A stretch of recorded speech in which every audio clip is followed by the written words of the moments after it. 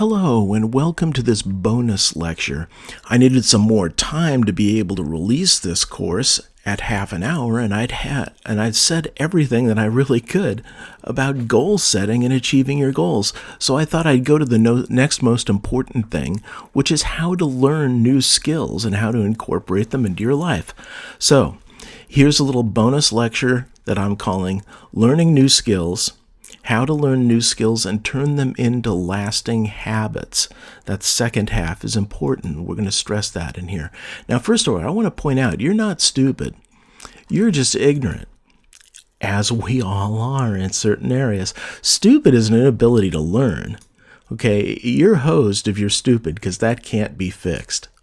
Odds are, though, that you're not stupid. You're just ignorant. That means that you lack knowledge and experience in certain areas. We're all ignorant to a certain extent. Fortunately, ignorance can easily be fixed. Stupid can't be. This lecture is about how to fix ignorance or how to learn. And it's also about how to turn the skills we learn into lasting habits. Now, let's talk about this from new skills to habits, because that's a really important point that I want to point out in here, is this just isn't about learning new skills and then forgetting them.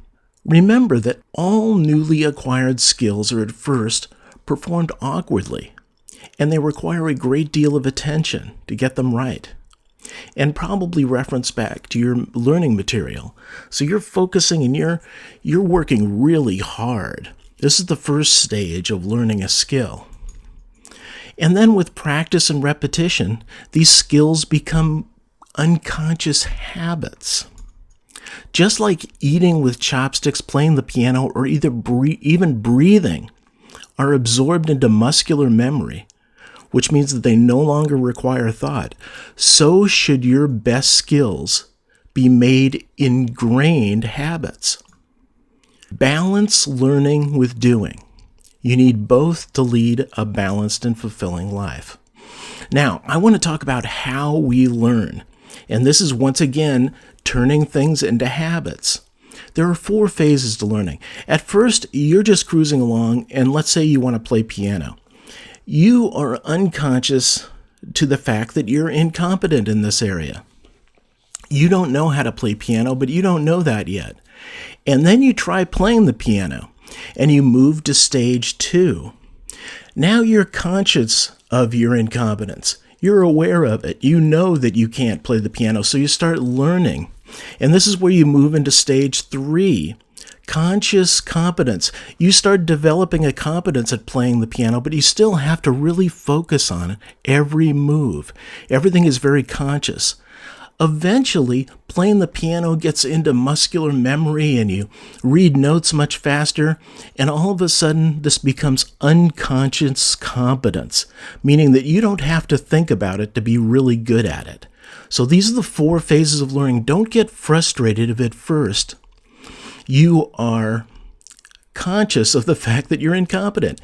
You're learning something new. And then do the conscious competence step. Really focus in on learning the thing, doing every step, going back over your notes and making sure that you got it right and internalize it. And at that point, it becomes unconscious competence, or what I call a habit. Now, I want to repeat this, that in repetition lies perfection, with 2 lines. Through repetition, we perfect our skills. Through repetition, our actions become habits.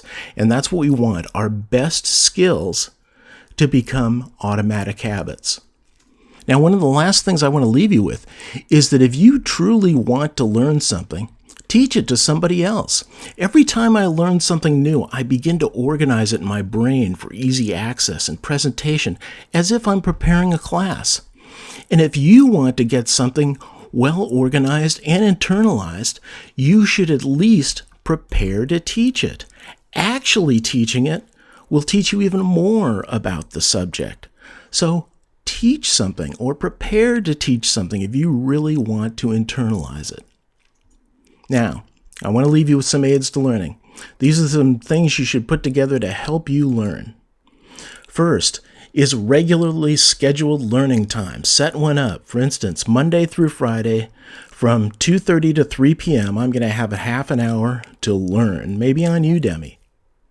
Then rules about not being disturbed, right? The old line, unless there's blood involved, do not disturb. Guard your time and have a quiet space, preferably with headphones, where you can learn. And have a paper and pen, or my preference, have a text editor handy to take notes during the learning time. And that's about it. So I'll see you in the next lecture. Keep on learning.